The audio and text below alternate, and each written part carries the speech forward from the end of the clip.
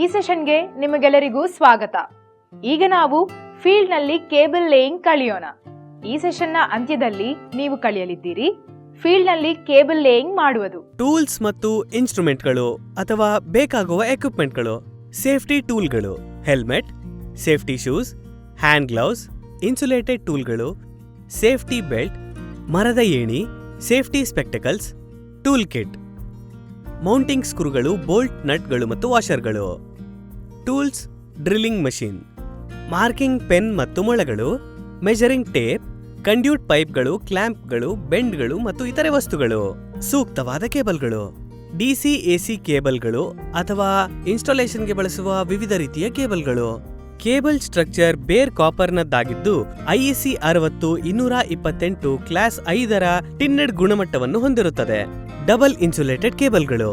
Cable ಶೀಟ್ನ ಬಣ್ಣ ಕಪ್ಪು, ನೀಲಿ, ಕೆಂಪು ಮತ್ತು ಹಸಿರು. ಈ ಕೇಬಲ್ನ ಗುಣಲಕ್ಷಣಗಳು ಓಝೋನ್ ರೆಸಿಸ್ಟೆನ್ಸ್, ವೆದರ್ ಮತ್ತು UV resistance, flame resistance, resistant to acid ಮತ್ತು ಬೇಸ್.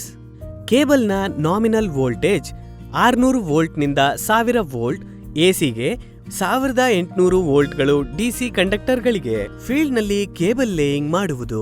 ಬಹಳಷ್ಟು ಸೋಲಾರ್ ಪ್ಯಾನಲ್ ಸಿಸ್ಟಮ್ಗಳಲ್ಲಿ ಬೇಸಿಕ್ ಕೇಬಲ್ಗಳು ಒಳಗೊಂಡಿರುತ್ತದೆ, ಆದರೆ ಕೆಲವೊಮ್ಮೆ ನಾವು ಕೇಬಲ್ಗಳನ್ನು ಪ್ರತ್ಯೇಕವಾಗಿ ಖರೀದಿಸಬೇಕಾಗುತ್ತದೆ. ಸೋಲಾರ್ ಕೇಬಲ್ ಅನ್ನು ಕೆಲವೊಮ್ಮೆ ಫೋಟೋವೋಲ್ಟೈಕ್ ವೈರ್ ಅಥವಾ ಫೋಟೋವೋಲ್ಟೈಕ್ ಕೇಬಲ್ ಎಂದು ಕರೆಯಲಾಗುತ್ತದೆ. ಯಾವುದೇ ಫೋಟೋವೋಲ್ಟೈಕ್ ಸೋಲಾರ್ ಸಿಸ್ಟಮ್ನಲ್ಲಿ ಇದು ಅತಿ ಮುಖ್ಯವಾದ ಕೇಬಲ್. ಸೋಲಾರ್ ಪ್ಯಾನಲ್ಗಳಲ್ಲಿ ಉತ್ಪತ್ತಿಯಾದಂತಹ ಎಲೆಕ್ಟ್ರಿಸಿಟಿಯನ್ನು ಇನ್ನೊಂದೆಡೆಗೆ ಕಳುಹಿಸಬೇಕಾಗುತ್ತದೆ. ಇಲ್ಲಿ ಸೋಲಾರ್ ಕೇಬಲ್ ಗಳನ್ನು ಬಳಸಲಾಗುತ್ತದೆ. 4 mm ಸೋಲಾರ್ ಕೇಬಲ್ ಮತ್ತು 6 mm ಸೋಲಾರ್ ಕೇಬಲ್ನ ನಡುವೆ ಇರುವ ಪ್ರಮುಖವಾದ ವ್ಯತ್ಯಾಸ ಎಂದರೆ ಅದರ ಗಾತ್ರ. ಸೋಲಾರ್ ಕೇಬಲ್ಗಳು ಹೇಗೆ ಕೆಲಸ ಮಾಡುತ್ತದೆ ಎಂದು ತಿಳಿದುಕೊಳ್ಳಲು ಕೇಬಲ್ ಮತ್ತು ವೈರ್ಗಳ ಕಾರ್ಯವೈಖರಿಯನ್ನು ತಿಳಿದುಕೊಳ್ಳಬೇಕಾಗುತ್ತದೆ.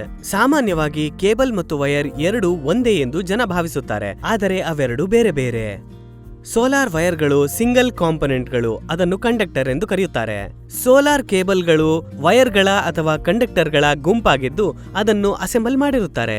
ಫೀಲ್ಡ್ನಲ್ಲಿ ಕೇಬಲ್ ಲೇಯಿಂಗ್ ಮಾಡುವುದು. ಸರಿಯಾದ ಸೈಜಿಂಗ್ ಮತ್ತು ಟರ್ಮಿನಾಲಜಿಯ ಇಂಟ್ರೊಡಕ್ಷನ್. ಮೊದಲಿಗೆ ಸಾಮಾನ್ಯವಾಗಿ ಸೋಲಾರ್ ವೈರ್ನ ಸೈಜ್ AWG ಅಥವಾ ಅಮೆರಿಕನ್ ವೈರ್ ಗೇಜ್.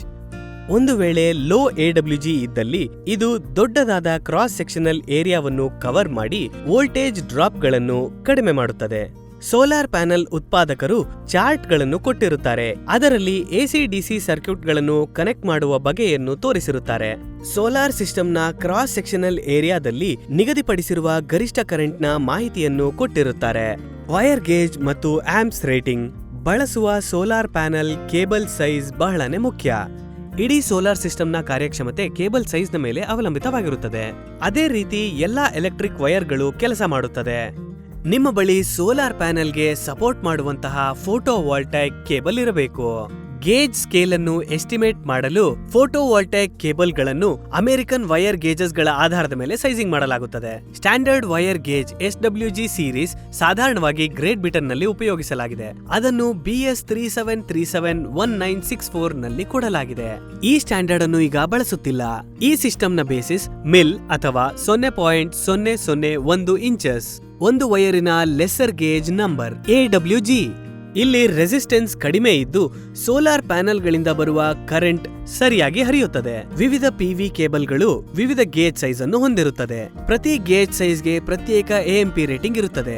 ಈ ಕೇಬಲ್ನಲ್ಲಿ ಗರಿಷ್ಠ ಮಟ್ಟದ AMPಗಳು ಸರಾಗವಾಗಿ ಹರಿಯುತ್ತದೆ. ಕೇಬಲ್ ಲೇಯಿಂಗ್ ಅಥವಾ ಕಾಂಡ್ಯೂಟ್ ಪೈಪ್ ವೈರಿಂಗ್. ಕೇಬಲ್ಗಳನ್ನು ಕನೆಕ್ಟ್ ಮಾಡುವಾಗ ತೆಗೆದುಕೊಳ್ಳುವ ಮುನ್ನೆಚ್ಚರಿಕೆಗಳು, ಕಲರ್ ಕೋಡ್ಗಳು ಮತ್ತು ಇತರೆ. ರೂಫ್ ಟಾಪ್ ನಲ್ಲಿ ಇರುವ AJBಯಿಂದ ವೈರ್ಗಳು ಕೆಳಗೆ ಬರುತ್ತಿದ್ದರೆ ಅದಕ್ಕೆ ಕಂಡ್ಯೂಟ್ ಪೈಪ್ ವೈರಿಂಗ್ ಉಪಯೋಗಿಸುವುದು ಸೂಕ್ತ.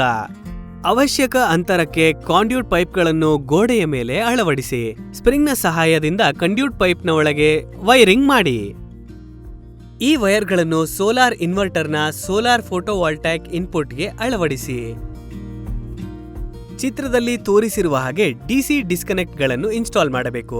ಪ್ಯಾರಲಲ್ ಆಗಿ ಕನೆಕ್ಟ್ ಆಗಿರುವಂತಹ 250 WP ಸೋಲಾರ್ ಪ್ಯಾನೆಲ್ಗಳಿಗೆ ಸೂರ್ಯನ ಬೆಳಕು ಬಿದ್ದಾಗ 30 ವೋಲ್ಟ್ DC ಔಟ್ಪುಟ್ ವೋಲ್ಟೇಜ್ ಉತ್ಪಾದಿಸುತ್ತದೆ.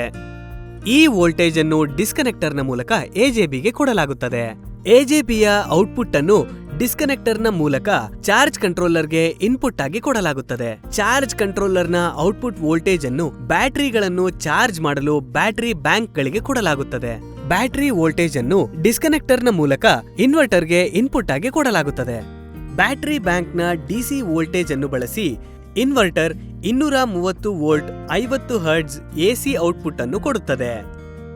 ಕೇಬಲ್ ಲೇಯಿಂಗ್ ಅನ್ನು ಅಭ್ಯಾಸ ಮಾಡಲು ಸೋಲಾರ್ ಫೋಟೋವೋಲ್ಟಾಯಿಕ್ ಇಂಟಿಗ್ರೇಟರ್ಸ್ ಇನ್ಪ್ಲಾಂಟ್ ಟ್ರೈನಿಂಗ್ ನೊಂದಿಗೆ MOU ಮಾಡಿಕೊಂಡು ಆನ್ಗೋಯಿಂಗ್ ಮೆಗಾ ಪ್ರಾಜೆಕ್ಟ್ಗೆ ಭೇಟಿ ನೀಡಿ. ಸೋಲಾರ್ ಫೋಟೋವೋಲ್ಟಾಯಿಕ್ ಅರೆ ಫೀಲ್ಡ್ ನಿಂದ ಸೆಂಟ್ರಲ್ ಇನ್ವರ್ಟರ್ ರೂಮ್ಗೆ ಕೇಬಲ್ ಅನ್ನು ಅಳವಡಿಸಲಾಗಿದೆ. ಕೇಬಲ್ ಮುನ್ನೆಚ್ಚರಿಕೆ: ಕೇಬಲ್ಗಳೊಂದಿಗೆ ಕೆಲಸ ಮಾಡುವಾಗ ಯಾವಾಗಲೂ ಸುರಕ್ಷಿತ ಉಡುಪುಗಳನ್ನು ಧರಿಸಿಕೊಳ್ಳಿ. ಅದೇ ಬಣ್ಣದ ಕೇಬಲ್ಗಳನ್ನು ಕನೆಕ್ಟ್ ಮಾಡಿ. ಕೆಂಪಿಂದ ಕೆಂಪು, ಕಪ್ಪಿಂದ ಕಪ್ಪು. ಕೇಬಲ್ ಕನೆಕ್ಟರ್ಗಳನ್ನು ಮೇಲೆ ಇರಿಸಿರಿ. ಸರಿಯಾದ ರೇಟಿಂಗ್ ಇರುವ ಕೇಬಲ್ಗಳನ್ನು ಬಳಸಿ. ಕಾಂಡ್ಯೂಟ್ನ ಮೂಲಕ ಕೇಬಲ್ಗಳನ್ನು ಅಳವಡಿಸಿ. ಸೂಚನೆ: ಫೋಟೋವೋಲ್ಟಾಯಿಕ್ ಮಾಡ್ಯೂಲ್ ಕನೆಕ್ಟರ್ಗಳು ಅಥವಾ ಅದಕ್ಕೆ ಹೊಂದಿಕೊಂಡಿರುವ ಫೋಟೋವೋಲ್ಟಾಯಿಕ್ ವೈರ್ಗಳನ್ನು ಎನರ್ಜೈಸ್ ಆಗಿರುವಾಗ ಡಿಸ್ಕನೆಕ್ಟ್ ಮಾಡಬೇಡಿ.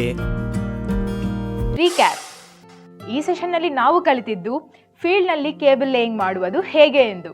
ಈ ಸೆಷನ್ನಲ್ಲಿ ಎಲ್ಲ ಅಂಶಗಳು ನಿಮಗೆ ಅರ್ಥವಾಗಿದೆ ಎಂದು ಭಾವಿಸುತ್ತಿದ್ದೇವೆ. ಹೊಸ ಕಾನ್ಸೆಪ್ಟ್ ನೊಂದಿಗೆ ಮುಂದಿನ ಸೆಷನ್ನಲ್ಲಿ ಭೇಟಿಯಾಗೋಣ. ಧನ್ಯವಾದ.